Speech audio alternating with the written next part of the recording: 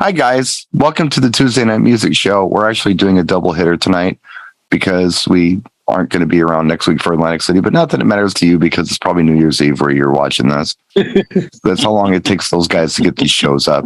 By the way, this show is brought to you by DJ Event Planner. Have a look at DJ Event Planner and our other sponsors down in the description of this video on YouTube. You'll have links to them where you can check them out. Thank you, kind sponsors. Tonight, we are joined by Just a Bill Marsh, who I'm going to be having dinner with next week, or Sunday, actually. Sunday. What is the tomahawk? Sunday. Well, whatever. Get the tomahawk. We got Eric, whose dog didn't get hit by a car. Oh, thank God. Thank God. I can't stay long. I'm in between meals. So we've got a big Matt. Journey, is it? We've got Matt, who's got some hard media for us. We'll see if he pulls some hard media out. He probably is. He probably felt bullied and went and bought some stuff just so we don't beat him up anymore. Oh, he's got his phone. I got the phone. Oh, he's got the phone. On at the ready. We got Pastor Jay. Topic for next week. Hey, how are you? Pastor Jay in his nice shirt. Yeah, I got. He's here for the whole show. We think, unless he freezes or something. We hope so. He's got that damn Temecula internet. It's not very good. Yeah, it's old fashioned. Too many swingers getting online for pineapple. Right, because it's Temecula. All night. Mr. Howie Darkstar is with us, as always. Hello. And last but not least, Mr. Boston John, with yet another edition of Boston John's Record Roundup. Does he have another name, prepared Brian? With 2 records this time. One for last show, one for this one. What? Brian, does he have another name he goes by, you think? Who, Boston John? Boston John? Yeah. He does. Like a nickname. Howie Dogstar calls him this. I think I got a nickname. Yeah. I'm the one that started. I'm sorry, Jay wants to drink something. This is Howie's Road Dog. Yeah, that's what we know. Road Dog. At home. I am unfortunately out of coffee because I didn't think ahead of time. So Starbucks, let him down. Water. Anyway, John, what do you got for us for another record? Or do you have another record? I do. We're on Record Roundup. I got a second one. I'm taking your cues from Jody Watley from a week ago. Nice. 2 weeks ago. Sweet. And I brought to class. Oh, sweet. I brought In Vogue. I brought the 12-inch single because the rest, a lot of them I got on 45s. This is Hold On. Yes. Great song. Love it. This is what first put me on tune with In Vogue. I think it put a lot of people onto In Vogue. For young ladies. Not much in the production. Atlantic Records. No credit mentioned to the Jackson 5 for the Who's Loving You intro. They basically sang a good chunk of the Jackson 5 songs. Is there any credit to James Brown for the big payback sample? Yeah, right. Yeah. 1990. Hey, it hasn't gone to litigation yet. Yeah. But great group, great R&B group. You're Never Gonna Get My Lovin', of course. What else we got? And My Love. Don't Let Go was huge. Yes, that was off the that was on a soundtrack. It was for that Queen Latifah movie where they were bank robbers. Yeah. Well, I forget what it was called. But a bunch. That was a great song. He Can Feel was slow. They did a doubled up with Salt and Pepper on What a Man, What a Man. Mm-hmm. So Something He Can Feel. He Can Feel. So En Vogue, and right up until like 2000s, because I remember playing Riddle, which I got on X-Mix, 1 little riddle, 2 little riddle, 3 little riddle. Yep. That was like the last time I heard of them, and then they kind of just disappeared, unless they're going to come back with something. But were they one of those Pebbles productions? Or was that SWV? They all kind of got lumped in. They're all in the same folder, right? Because Pebbles produced one of them. TLC, WV, and that whole pocket is all just real smooth lady voice and R&B. Yeah, playing Teddy and Barry White. You want something that just kind of gives the women something they can sing to. Kind of a throwback to the 60s with the Supremes and staple singers and they could sing. These girls could sing, and then none of them probably had the best voices out of all those girl groups. And they held it together as a group. There wasn't any one big egomaniac that broke out like I'm a superstar now and forget the rest of Destiny's Child. Right? Yeah, no one stands out. They're just no one stands out. They're all good.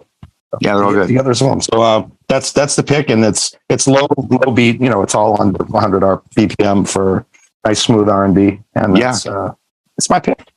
Now, were you talking about Pebbles' girlfriend and Mercedes? Yeah. Well, I did not know she was a producer. She produced either TLC, SWV, or In Vogue. I can't remember which, and it didn't. TLC. Wow. TLC. Yeah. Okay, I didn't know that. Wasn't she married to or going out with LaFace? No, L.A. Reid, I think. I think she was involved Maybe. with L.A. Reid. I think she was like Might have been. girlfriend / protege or wife. Sure. But yeah, she was involved with TLC because she had a falling out with Left Eye. That's Left what it Eye was. called her out on a bunch of stuff. Yeah, That's what remember it that. was.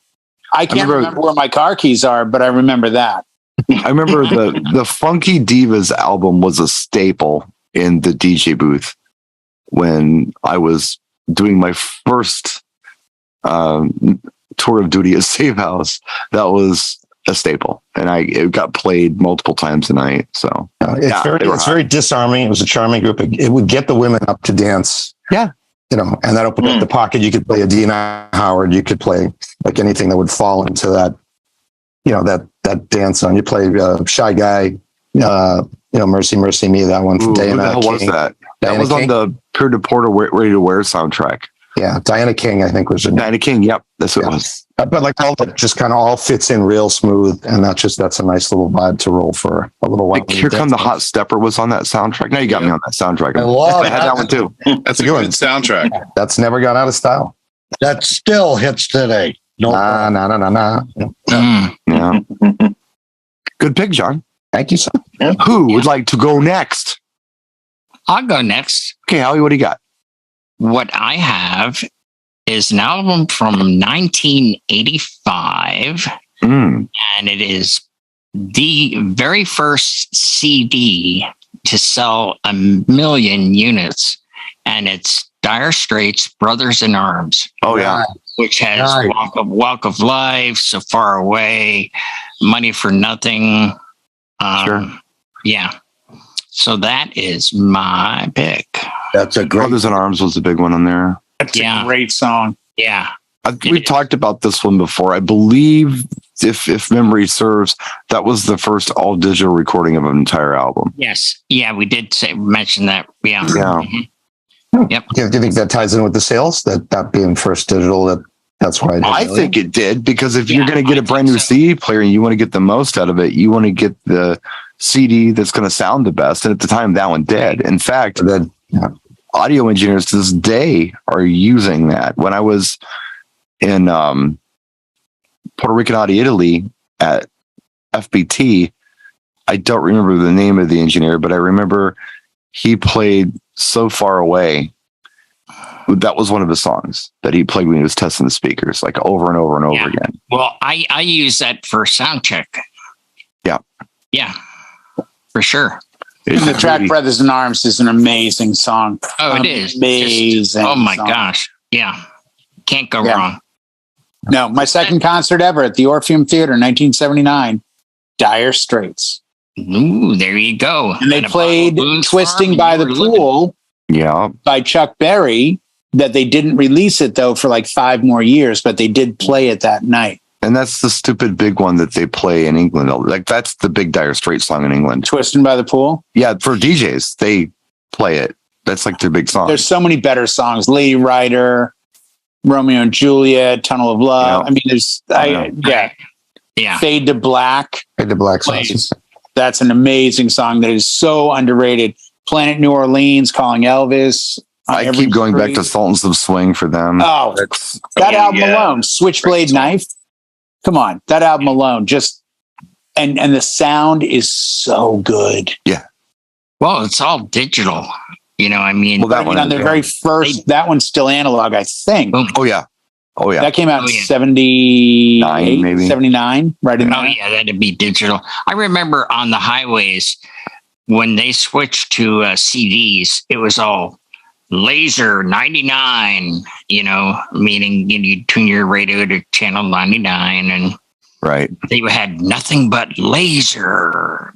Well, in 82, we had on WBCN when I was there, we would say on air, coming up next, The Police, Synchronicity on compact disc. And we had a Sony single disc player for like $1,000.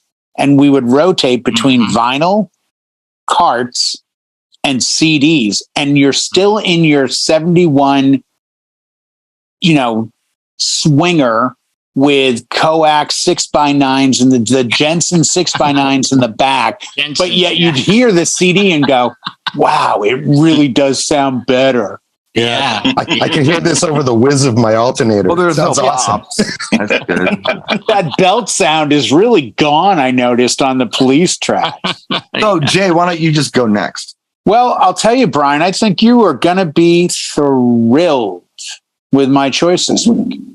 All right. Thrilled because I think you and I, John, Eric, Howie, probably Bill, but I don't think, I know JC for a fact, I don't think Matt knows this artist. And I never understood how she didn't get bigger. I know she had a lot of health problems, but if you want to play a couple of dance tracks, and I purposely went to an Ultimate Collection. Okay. I didn't go to the two originals because the two best songs are on two different albums starting in 2000 and then I think 2001 or 2002. I'm doing Ultimate Collection from 2015, a compilation album by one of the best singers of her time, a single name artist, Anastasia. Oh, yeah. Okay. Yeah. Is that Every Time We Touch? No, That's No. it's Cascada. It is. Yeah. That's Cascada. And it's, This is- Anastasia's I'm Out of Love, Set Me Free. She's got a real soulful. I am familiar with her. Very though, I believe. soulful. Okay, good. It wasn't a put down, but it's like Yeah. she had yeah. a moment. I got She you. had a moment in the early 2000s. Mm-hmm. Biggest tracks that you would know is One Day in Your Life. I'm Out of Love. You'll Never Be Alone, Out of Love. Those are like the three biggest tracks. And she Right. was the thing for a minute. Yeah. And then she got sick. She had Crohn's disease. She had breast cancer. She had a bunch of health issues that Oh my kind of God. really sidelined her Goodness. career. Wow. But as a singer, and when I used to work at Park Manor, the gay hotel, I had a Hex Hector remix of I'm Out of Love and One Day in Your Life. And those were staples.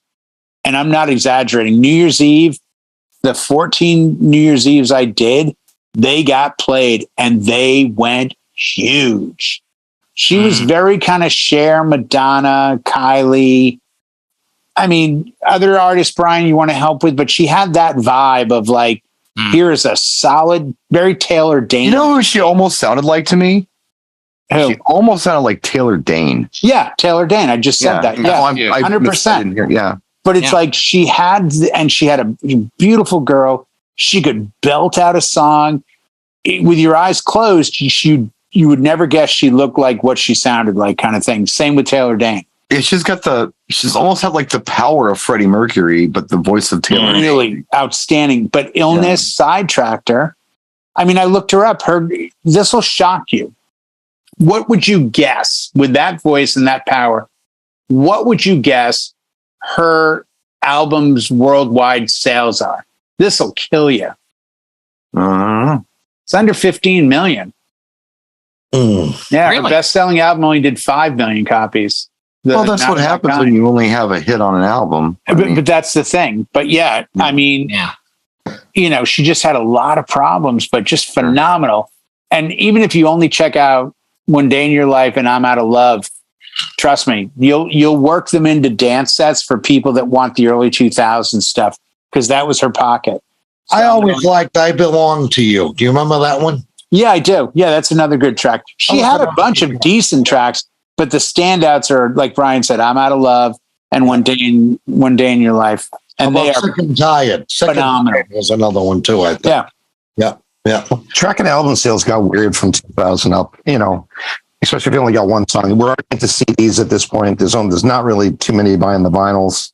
Yeah. So, it's Yeah. points don't count and the numbers don't matter. Kind of, it's like how many people are playing your song and is it getting on the radio and does it still bump the clubs? You had a good run with it, like you said, for 14, 15 But she years. was much, much bigger in Europe than she ever was in America. That's the weird thing. She was underground in the gay scene in America, but she never really broke it, even though she's from here. I don't know why I want to say Europe. she's Chicago. I don't know why I want to say that. She could have been. She very well could. Maybe I'm wrong. So I'm really curious. and I'm going to make a guess here. Matt's going to tell us about the great artist of the 1990s on his phone, the presidents of the United States of America with Peaches and Lump. It's a prediction. I don't know if Gotta I have Lump. Reunited. Millions of peaches. Peaches. Millions of peaches. They come from a can that were put there by a man in a factory downtown. Side note, Mr. Red Anastasia is 54 years old from Chicago, Illinois. There you go. Nice. Hey. Yeah. Good call. Go. This album comes from one of my one of my crushes, and Moving to the rapper who brings it Jay-Z? brings it pretty hard. Eminem. Jay-Z? He is Kumo D. she is fine, and this definitely was a breakthrough album for her. But I'm gonna go with Miss Nicki Minaj There you go. and Pink Friday. Pink Friday. So Nice. just some of the hits off of that. Did It On 'Em, Right Through Me, Moment for Life. Mm-hmm. What else? I see Super Bass is on here. Good one. Starships or not? Really just a heavy hitting album. And, she hasn't really slowed down since. So I was just going through a record pool here and came across a lot of Nicki Minaj. And I'm like, you know what? I don't think I've ever picked that, but I sure get plenty of her requests for her music. So Yeah. I do too, and I play stuff, but I get the best response from Starships. Yeah, Starships is the best. that and anything Super that she Bass. does. Super Bass does well. too They ask for sometimes. Super Bass? Yeah. But you still give them Starships? They Yeah. still, well, I'll do it back to back and see what I get the better response to, and I always get the better response from Starships. Yeah. Play that Friday night. Nicki Minaj is an amazing talent. That's a Yes. statement I have never said until just now. I'm just As far as request, Super Wait a Bass. minute. You told me last night I was amazing. well, I've said that twice though. He had a few drinks. He had a few drinks when he said that. So, yeah. As I said opposed that right to- after I asked how all you guys got in my room. So Call that a bargain. The best you ever had. I don't know why I always kind of thought of Nicki Minaj as like I got that. Beyonce light. or like the prequel to Cardi B. I don't know why. Yeah. Yeah. Exactly. There's definitely some similarities there, and I think some of that kind of led to a little on again, off again, quote unquote beef between the two. Like I don't even think that they entertain that much, but I think a lot of fans egg it on. But I feel like there's room for both. We learned that Especially Cardi like B will in my throw her room, look, I mic. can have Nikki here and Cardi here, so we're. What was Yeah, that? but we learned that Cardi B can throw a microphone, and what's Yes. amazing is her skill. I give Cardi B more talent because she can actually sound the exact same singing, even though her microphone is now on the ground 20 on feet the away, ground. Yeah. and it's still That's a special skill. her voice came through the speaker. She can do like Yeah. this ventriloquist thing. I Like, guess. Yeah. I was shocked how good she is. Yeah, Just as good as I paid Millie $100 for Vanilli. this. Come on. Just as good as Millie Vanilli, I guess. Yeah. I have got to hear what Mr. Bill's pick is. I got to know. Okay, well, You just had me do a flashback to SNL, by the way, when you said Mr. Bill. That's exactly where I went. Oh, no. That's exactly where I went. so Not the escalator again. Yeah. Bill. so Oh, it's okay, Mr. Bill. being the new guy to this part of the show, I'm probably breaking rules. So Probably. I apologize in advance, but I'm going to have to use a screen share because I didn't bring my homework with me. Is That's it our kicks? pick. Blow my fuse? Eric's dog eat it. Awesome. Oh yeah. You're not breaking rules. That's fine. That's fine. We all have That's it. good stuff. Just Yeah, we We've all all have got that. all of them. We Yes. all Yes, we have do. it. We should. Well, Yeah. and I Yep. was picking number 3 because I feel where we are in time, it Yeah. is probably the one with the most recognizable throwbacks to the parents of our current brides It's a good point. and grooms. That's a and really wedding well couples. voiced point. What's that date wise? And date wise, it came out late 90s. I want to say 97, 98. What are the big hits It's on it? got, well, I would say the biggest hit is Cotton Eye Joe because it's always getting asked for. Yep. Where did he but we go? also have Come On Ride That Train. We've got I Like It Like That, Tito Nieves. which I can still easily rock out at a wedding, and everybody likes it. No Diggity, The Dip. It's got Fired Up. It's got Robbie Bangers. Baroka Anthem. Oh yeah, bangers. Don't Stop is a just one chance in it.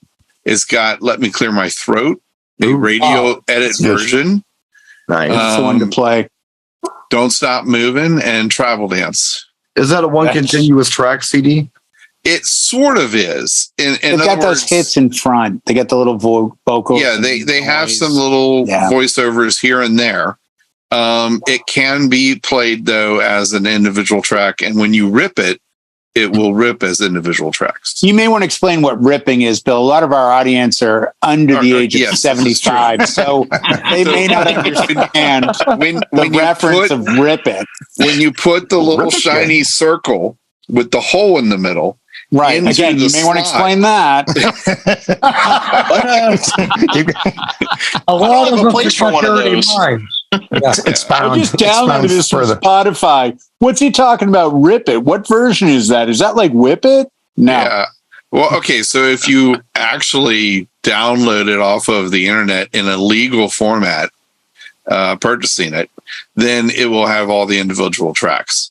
If you convert it from a CD, which used to be known as compact disc, into digital format, i.e. ripping, then it'll also rip as individual tracks. It does have a track separation built into the CD, unlike the MTV Party to Go was continuous. Nice file.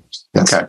We all have those too, fortunately. Yep, all of those. Yep. The first one was so strong. I had the video. That's when I was DJing that video club when I was a kid that had just come out. So the last video on there was... That's the best part. They were all clean edits. Yep. The last video on that was Jane Child, I Don't Want to Fall in Love. And that was God, remember that track? That was a banger. It's a great track. It's an awesome track. I forget that track all the time. Yeah. Damn. Now, I'm confused in these guys. I thought There It Is was on one of those jock jams. It is. Am I wrong? It is. That's on the white one with the red. Actually, no, I don't think Won't There It Is as its own song is on one. I think it's part of the Jock Jam. Oh. The Bobby D mix. Yeah. The Jock Jam D remix. Who's a Chicago DJ? He was on B96 for a long time. That's on volume 4. My version of Isley Brothers Shout is off Jock Jams that I play. If you want to hear Isley Brothers Shout, you're getting Jock Jams. Wow. Because I burned it to my hard drive. Because I had all the Jock Jams and burned them all, and there were the tracks. I'm like, here we go. You put a hot cue in there, and 2. You're good. You didn't burn them. You ripped them.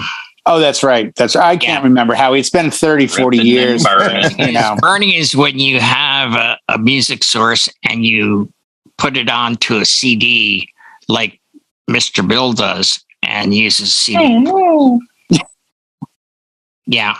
So, speaking of Eric, what do you got for us this week, Eric? All right. Here's what I got. I got the biggest selling album of the 70s, which I personally disagree with. Okay, wait a minute. So the biggest... Hold on, I have to interrupt. This was just handed to me by my son. Salsa. Wow. That's a nice. That's a giant white claw bottle cap. Ooh. Nice. This is going to go to every DJ gig. Said me never. You can tell everybody what a girl you are. Put it out front of your house. Hey, I was just told everyone what kind of girl you are. How we're going to find him? No, the bar's I'm going to walk around DC with this now over my head. Like, that must be Jay or a group of sorority girls. Which is it? So Eric, biggest selling album of the 70s. Connor, I'm online. If you don't mind. I'm thinking. Do you mind? That's kind of Connor, get out of here for a minute. Connor, Eric's yelling, get out of here. Eric's like a 95-year-old man from New Hampshire. It's got to be Saturday Night Fever. No. Listen, that's not the biggest selling album of the 70s? Brian, let me school you for once. Okay. You I'm listening. Please school me. Fighting words. Well, let me school Shots you fired. for one. What do we got? Oh, hey. I'm I'm talking here. Hey, Yeah. Thank you. No respect at all. is Connor gone now? Can we? Yes, Connor's gone. Sorry. All right. All right. They gave it to him for free at Total Wine and Beer. You want this? Oh, yeah, I Free want is that. good. Free is good. He's Yeah. going to trade it for a Volkswagen next year. No, this will become a car in 2 weeks. He'll have an S10 pickup he got for free. Throw that in the garage with the other Pioneers. Yeah. Okay. There you go. Looks like a goddamn railroad crossing sign, doesn't it? Oh. Bad All right. word. Bad word. Bad Fool word. me. Yeah, sorry. Fool me. I'm listening. This is the biggest selling album of the 70s. Okay. And it's not what you said. Okay. However, I do disagree with this because I think it should have been somebody else. Okay. That's not what you said. Okay. But think back in the 70s, Mhm. how often would you get 6 singles off one album in the 70s? Well, if you bought Carole King's Tapestry, you'd probably get that. You would. Yeah. Fleetwood Mac rumors. Okay, Jay, shut up. Yeah. What stage of Michael Jackson was that? Was that still Jackson 5 or was that Michael No, solo? but no. However, Jay's choice, what he said would have been my pick for the top. Yeah. If somebody said, what do you think was the top selling album in the 70s? I would have said Room is Fleetwood. Or Hotel California. Yeah. Hotel California. That's huge, too. Gotta be. I still would have picked Fleetwood Mac. That's just my choice. I'm Okay. just saying. So Yeah, it's a great It album. was So Eagle. Simon and Garfunkel, Bridge Over Troubled Water. That's a great album, too. I'm not going to be too mad at that. Yeah. No, That it's was a great the album. biggest selling album, and it featured the boxer, of course, the title track. God, there were so many. Cecilia. What else? Help me out here. Sound of Silence. Yeah. Robinson. I Am a Rock. The Sound of Silence. Every single song on it is a hit. It's all bangers. Yeah. Yeah. That Hey, is my- we nailed the greatest hits album just by writing one. And they also hold the record for the most attendees in Central Park. I thought Garth Brooks broke They that. played No, there. Garth Brooks did, though. Like at 1.5 million, Garth Brooks actually, and he was upset Garth about Brooks, he beat them. Was it. he Beat them really? and he was Yeah. upset Garth about was it. upset about it. If you see the documentary, Garth says, "This is not the way I wanted to do this." And they're like, "What do you mean?" They're like, "Yeah, the count now is at 1.5 million. You beat Simon and Garfunkel." He's like, "No, I don't want that. I'm not worthy of beating those guys." Yeah, That was I on- have a lot of respect for him. I do. He was on Netflix. Yeah. But I mean, this is why Garth is so popular, because I think he's genuinely that guy. Like if we met him, he'd actually talk to us about his music and being DJs and all that. I mean, he did a freaking song in the Kiss tribute album. I think when we It's all talk about rock Garth Brooks, we and- need Yeah, to Hard Luck say Woman, he Garth did. Brooks, because otherwise I'm thinking Garth from Wayne's World. Right. So you have to be specific. on, Wayne. Garth Garth Brooks. Yeah. Well, The other one. how many people here have been to Central Park, the Great Lawn? No. Can you imagine No. trying, like, whether it's 1 million or 1.5 million, you're like this, Yeah. trying to get through. Too much. If you watch the documentary, Howie, they show the crowd grow, and the way they figured 1.5 million, they went past the Great Lawn and they started going up. Yeah. And when they got to like certain avenues and streets, they were like, okay, we're now at like, Mm-hmm. 5th and 72nd. Okay, now we're at Right. 81st. And now it's like, I mean, they almost went to Harlem, for God's sakes. It was Yeah. just nuts.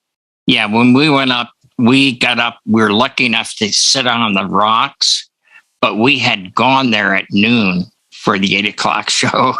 Yeah. And this was to see the original Mozart, correct? Yes, you are correct. Yes. Beethoven opened. Yeah. That was it. Yeah. Really big. I think I I've still seen got the T-shirt. posters. Yeah. Yeah. It wasn't actually a poster. It wasn't even a T-shirt. It It's was one carved. of those like linens. Yeah. No, I have a Olga. one of the Toga. yeah. Yeah, I actually have the original poster. Print it on it was done in Sanskrit, but I have it.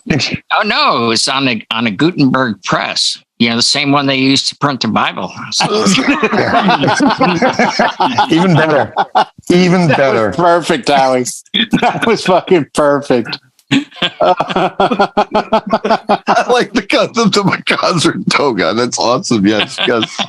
What I would love is if Howie would out of nowhere suddenly show up with a tablet in his arm that weighs 800 pounds, be like, "Here it is now." Yeah. What time's the sun start? I don't know. Let me check the sundial. Well, let me show you the album I got here. Prince. This album. What about your big 12-inch? This album has been in my life most of my life. I know I've gone through probably 4 copies of this on wax. I know I've gone through like 2 8-tracks, probably half a dozen cassettes, and they never really had it on CD, but I got the closest that you get to it on CD. But they never really released this specifically on CD. Bay City Rollers. Yeah, Space City Rollers. Oh. Wow. No, not Bay City Rollers. Sgt. Pepper's. Like, seriously, it was right? No, I wasn't right. No, you're totally not right. I know I wasn't. I can't remember if my brother or my sister bought this when it came out, and it's just been a very influential, let's say, on my musical palette. Influential album on musical palette, and I still love it to today. And also, I hate to pull a J on this and do this big build up in the show, but I'm already thinking it's funky. I will say that if you have not explored this artist, you youngins out there watching this, whenever you're going to explore an artist, like an iconic artist, I'm going to urge you to start at the beginning and go forward. The reason I'm going to suggest this is because you can see the progression more that way. You're not going to see the progression if you start at their big hit 10 years in and then try to go back. It's not going to make any sense. No. I've seen it happen too many times and it pisses me off. So don't do that. Start at the beginning. And if you want to taste at the beginning, here's a great place to start with Mr. David Bowie with Changes Bowie. Oh, classic. Yeah. Classic. I probably bought this particular copy of this in maybe 84, 85. I bought 3 different formats of that. Yeah. A lot of us have. I mean, yeah. You just burn through them. The vinyl, right. The 8-track, the cassette. The mastered CDs, yeah. So I'm going to give you the track listing, although I could probably do it without looking. Starts off with Space Oddity. That's the first track. Second track is John, I'm Only Dancing. Oh, look, it's been a while. Changes after that. Ziggy Stardust. Not my favorite song on the album, but it's a song. Holds up. Suffragette City, great song. Awesome song. Oh, yeah. Gene Genie, Diamond Dogs, Rebel Rebel. I named it. No, that's an amazing song. Rebel Rebel's a great song. I love that one. Yeah. Young Americans, that is fantastic. That is just an absolutely fantastic song. Fame, which it features, like, if you saw the amount of artists that are actually on that track, it's scary. Like John Lennon appears on that track. Yeah. And Luther Vandross appears on that track. I think David Sanborn appears on that track. And then Golden Years, which is literally a greatest hits. Song. It's literally a greatest hits. It is a greatest hits. There's not one bad song on it. Yeah. David Bowie could have stopped here and had an accomplished career. Yep. Yeah, he could have. Yep. And look at the work he did after that. Now, see, in my world, on my dance floor, Genie was the tits. Boy, it would just like, boom. In my world, oddly enough, because I mean, we got this when it was new. I was still living in Indiana. I was a little guy, and I remember listening to it and looking at the album cover. Because it's black and white, I thought this was an old guy because I didn't know. You know, the guy was probably at the time maybe in his late 20s, but at the time I'm thinking, okay, he's an old guy, or maybe mid 20s. But okay, so nobody in my family went beyond this in the 70s. I kind of thought he stopped here. And then around 80, I was hearing things like, the Lodger album. I was like, well, what is this? DJ and I'm hearing Ashes to Ashes and DJ and amazing. Boys Keep Swinging and all these songs. I love that song. Fashion, all that stuff's coming. Yeah. I love that song. I missed, I was so into this for whatever it was, 5 or 6 years that I wasn't aware of anything that was happening while I was into this. And then I started catching the new stuff.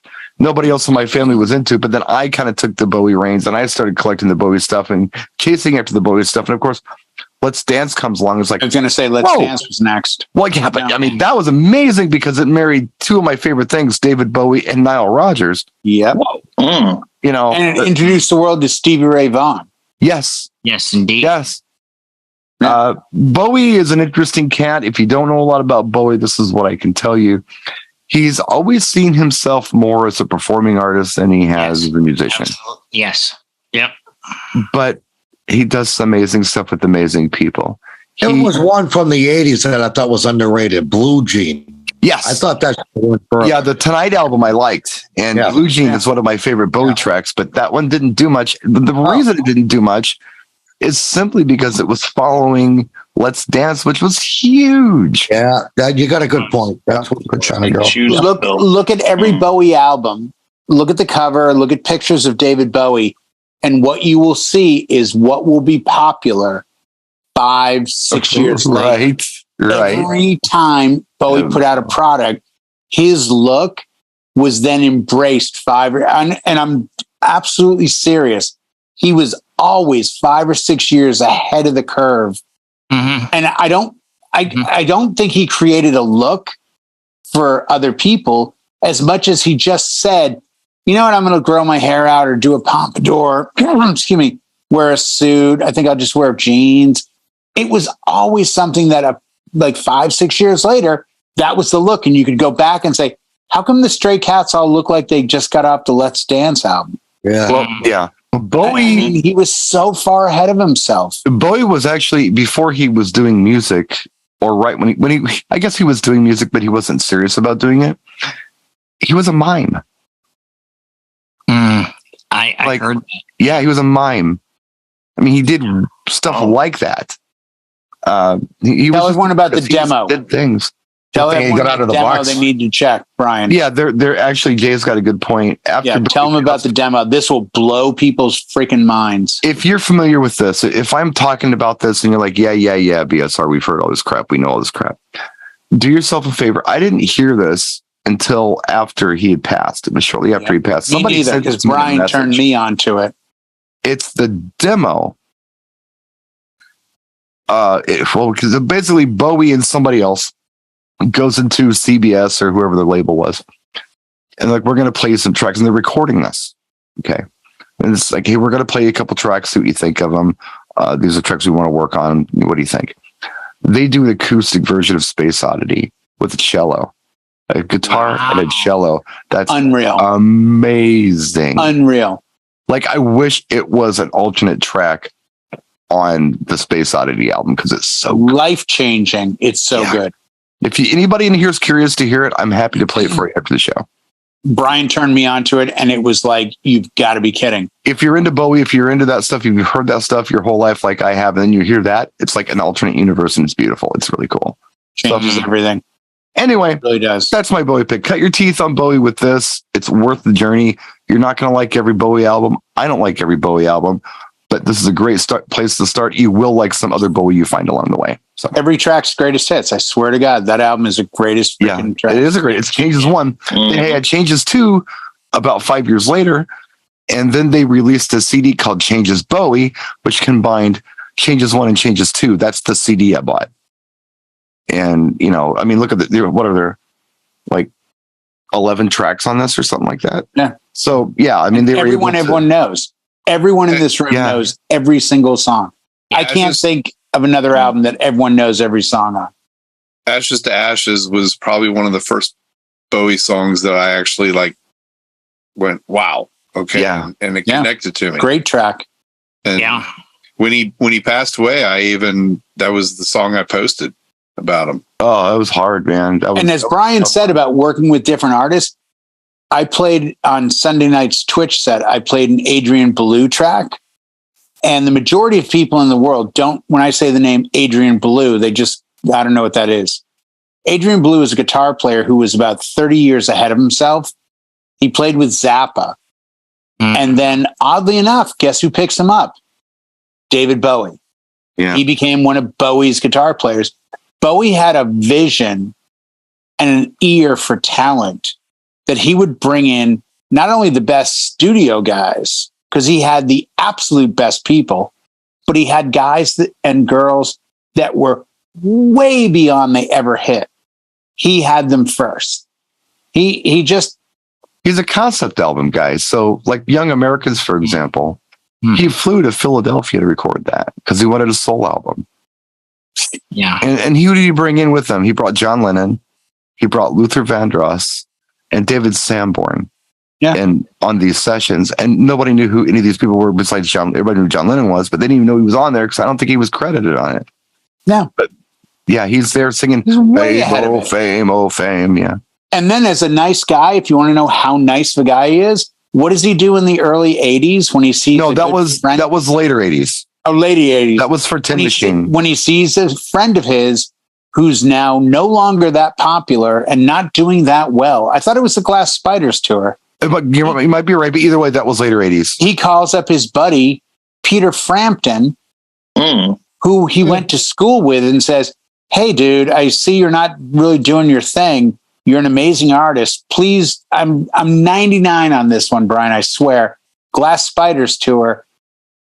Peter Frampton becomes his guitar player. Yeah, it probably was Glass Spider. As a guitar player myself. Which was for Never Let Me Down, I think. Earl Slick was one of his cats all the time. I mean, he had an eye for skill and talent, and he would grab people and bring them into his little world. And just, and one of the greatest things, real quick, not to hijack, when they recorded in Berlin, when they did Heroes, he was looking out a window, and the producer of the album, who had a German girlfriend, was leaning on the wall, and he gave her a kiss. And that's a line in the song, which is so easy to do as a writer. Like, oh, kissing that girl against the wall kind of thing. Yeah, I'll write that into the song. Like, but yet when you hear it in the context of the song, you're like, this is so meaningful. It's like, no, I just saw the dude out there kiss his girl on the wall thing, and I just threw it in there. He was the one guy that I really wish that, out of any of my heroes, he's the one guy I wish I would have met and spent some time with. Yeah, I agree. Out of all of them. It had to be amazing to hang out with him. Yeah. It had to be amazing. Yep. And I bet you he was, again, another down-to-earth cat. He wouldn't get all like crazy with you. He'd be like, what are you into? I'm into this. Because I know for a fact he was super into the old American blues guys. Mm-hmm. He could talk to you about, Robert Johnson, as well as talk to you about Givenchy and Halston, and because everyone thought he was just that fashion guy performer. I think that's an understatement to call him a performer. I do too. He was a talent that knew how to put people together and create art that would never be replicated. Yeah, he was an artist. And by the way, even Bing Crosby doing Peace on Earth too. Wow. Well, and the album Tonight with Brian, that album is from the early 70s. Folks, listen to it. No, that was Drummer Boy that they did. Little Drummer Boy. Oh yeah. It was like I think it's like a Drummer Boy / Peace on Earth. Yeah. Peace on Earth is the Bowie song. Right. Yeah. But you listen to Bowie's early works today, it's not, oh, this is from what, 73, 74? It's like, oh, this is a really good song. It doesn't sound dated. A lot of There's his one stuff, of the very few artists that can do that. His super early stuff is not good. I don't like it at all. But then once he starts doing things like Space Oddity, I'm interested. Yeah. But that was what was so cool about the way and I don't want to hijack this and make Jay go on a tirade about it. But this is why the business was cool when the business was about artist development. Yeah. Because you had your producers who would say things like, you know what? I don't get it, but I'm not a teenager. So let's try it. It sounds interesting. Didn't make it that time. Well, let's do a couple more and see what happens. And that's how it worked. Artist development for somebody like David Bowie really paid off culturally for the world. I mean, yeah, it really did. But if they would have just dismissed him after his freshman attempt, what wouldn't we have had? We missed so many wonderful things. Even his last record that he did, Black Star, was amazing. Yeah, amazing. The song Black Star is really long and stuff, but it's so cool. It's a great song. It's so and cool. By the way, don't even say what we wouldn't have gotten out of Bowie, what we wouldn't have gotten out of music. Sam, well, yeah, I mean, he's helping. Look at the bands that you can look at, and I'm going to look at the industrial scene. No Bowie, no right, 9 it Inch doesn't Nails. happen. Yep, Not going to happen. Not like that. And I guarantee those fingers go much deeper than just Trent Reznor, who does an amazing duet with David Bowie on Loving the Alien. Yeah. But no Chuck Berry, no David Bowie. No, 100%. Yeah. Right. No, absolutely. I mean, it just goes on and on. And everything's built on everything. I believe it was Brian that said earlier, you have to go back. There's a great guitar player with Robin Trower in the cover, and they're like, if you want to learn how to play like me, don't listen to me. Listen to Chuck Berry. Listen to Howlin' Wolf. Listen to Muddy Waters. Listen to B.B. King. Listen to Hendrix. Go back to what I liked. And Brian was very succinct about it. If you want to know where your artists come from, find out where they started. Who did they listen to? I like artist development, and I think artist development is interesting when there is artist development. I joke about it a lot because AC/DC has been making the same album every year for 40 years. But when I want a hamburger, Brian, I want a hamburger. That's fine. That's fine. I'm not hating on it. No, I'm being sincere about that. I'm simply saying that a lot of artists aren't like that. They grow, and every album's a little different, and they try new things. Bowie was one of those people who never did the same album twice. Brian, walk down in the street and pick a straight line, and then for the rest of your days, walk that exact straight line. I think that's probably harder than veering to the left and right and getting all creative. Especially I think Milwaukee. there's as much skill. Well, yeah. I think there's as much skill and talent in a band like AC/DC delivering the same product over and over again. I wasn't trying to put AC/DC on the defense. No. I know you were, but I'm saying for the audience sake, there's as much skill and talent in being able to deliver the same sound, the same vibe over and over again. Okay, let me rephrase as there is. Let me to rephrase be all obscure. It's kind of like watching a movie with Samuel L. Jackson in it. He's the same guy in every movie he's in. Mother effer. Every movie he's in, he's taking on a plane. Yeah. Whether he's a Jedi or he's a hitman, he's Samuel L. Jackson. Yeah. True. So you know what you're going to get. You know what you're going to get, and that's fine. If you want a hamburger, go get a hamburger. Exactly. You're not going to be challenged. No. Bowie will challenge you. Bowie will decide. You know what should be popular right now? This guy Stevie Ray Vaughan. In fact, I already did Cat People. I think it's with cool. Giorgio Moroder, and it was very dirgy. So you know what I'll do now? I got this cat from Austin, Texas, named Stevie Ray Vaughan. Hey, Stevie, let's try redoing this song. What do you think? What do you got? Dun, dun, dun, dun, dun, dun, dun. Cool. Now it's a dance song. Let's do that. Like, who does that? Who takes their own song and 3 years later does an entire flip on it by bringing in a new talent? That's the skill of Bowie. Bowie had the vision to say, Bowie knows who to more than work with the right people. Yep. Yeah, and he brought in Niles Rodgers, who's like, well, here, we could do this. Want to make it funky? Yep. Well, Niall was famous for saying, I felt really bad because he brought me this song, and it was called Let's Dance, and it's like the least danceable song I'd ever heard. And I'm like, dude, if I'm going to produce a song called Let's Dance, you better be able to freaking dance to it. Yeah, so let's redo this whole thing. Yeah. So they did, and changed it up. And now for all the David Bowie fans, he was age 16 when he was turned down by the music firm when he turned in a demo tape of the song called I Never Dreamed. I don't know how old he was when he did The Laughing Gnome. I'm not sure. Do not listen to the song The Laughing Gnome. Please do not listen to the song Laughing Gnome whenever you do. No. Because it is not good. Start at Space Oddity and go from there. Yes. Suffragette City. Yes. Rebel.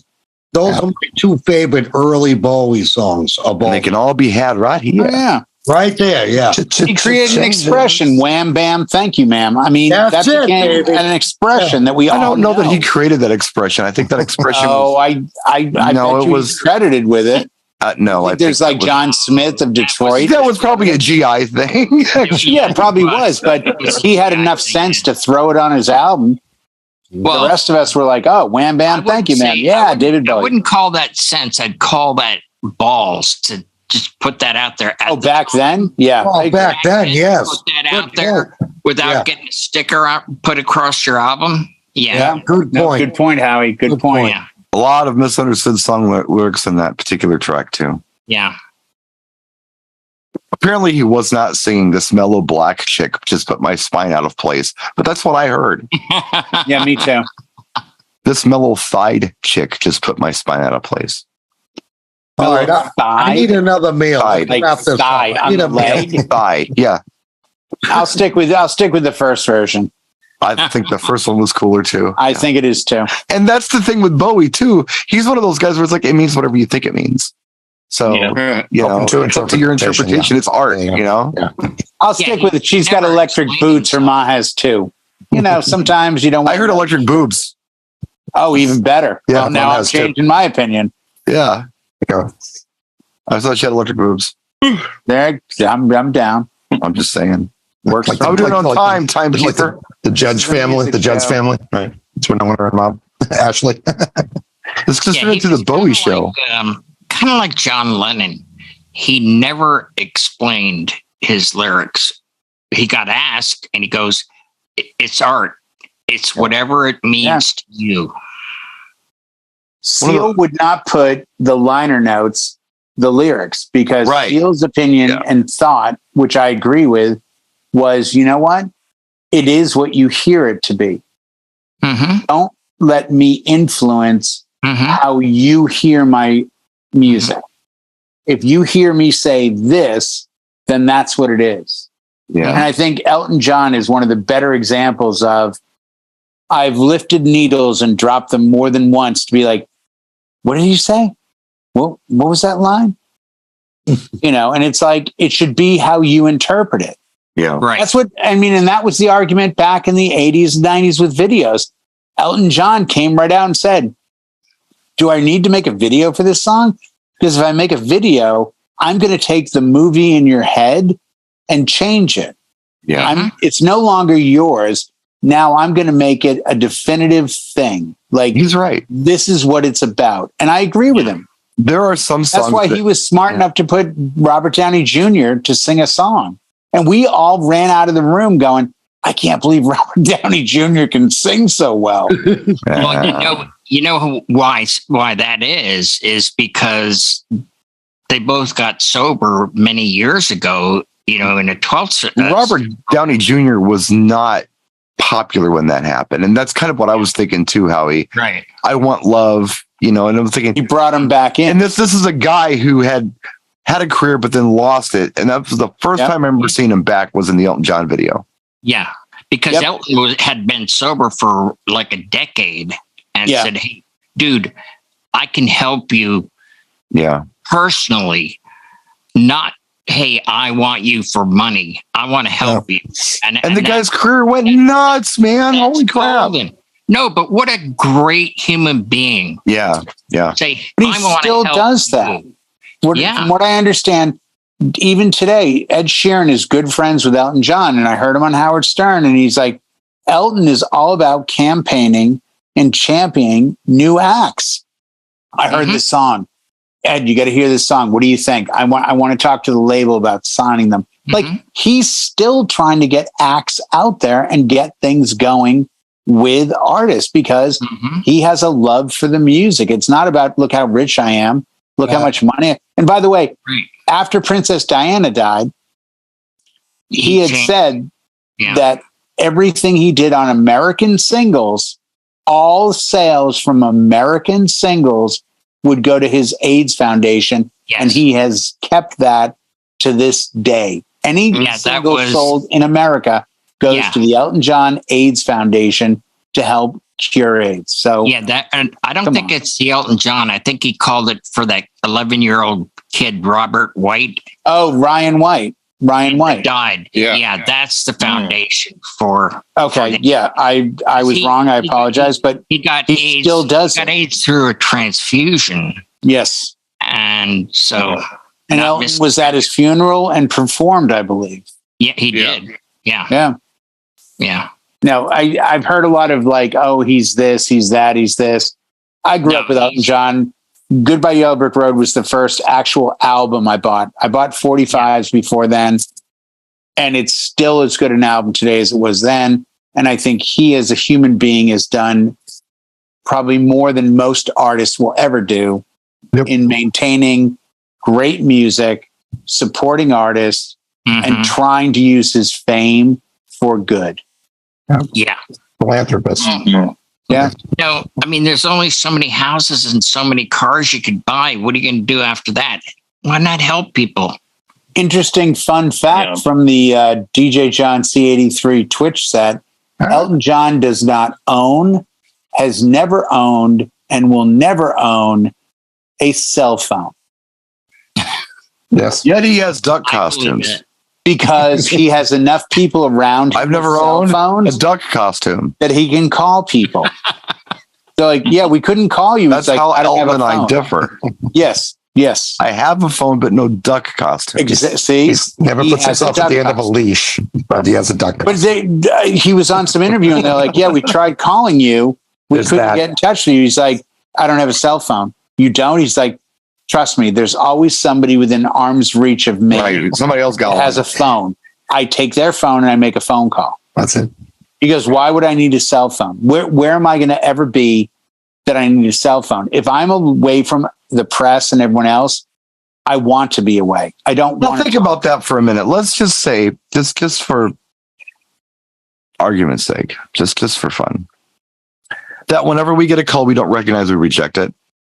What if every time we do that, it's really like Elton John trying to call us? Well, if Elton John's people have a 1-800 number, then I need to reevaluate the way I handle it. Spam likely. Every time you get a spam likely message, it could be Elton John. It could really be Elton John. Hey, I'm still the guy with an arm's reach. I'm still standing. Back up. Yeah. Another misfortune is you run into Elton John, you let him borrow your cell phone, and he calls England and talks to somebody for 4 hours. Well, then you got a story about how you got to pay the $400 bill because of Elton John. Hold on. I apologize, guys. I just got a call. What's that? Oh, it's the National Robocall Foundation. They want to know if Brian S. Red is available to do their holiday party because now they said their sales have gone up 18,000%. They should. The robocall people should just send robo text out. Hello, this is Elton John. Please call. That's what it should say instead of spam. Might be Elton John. Hi, this is Elton John. Elton I don't have my phone. No, we want to talk to you about your car insurance. Wait, what? Yeah, Reg. Yeah. That's how we answer. Reggie. Yeah, that's my buddy Reggie. Really? Are we getting close to time here? Well, let's wrap it. Let's get the hell out of here. I'm hungry. Working out. Right. Thanks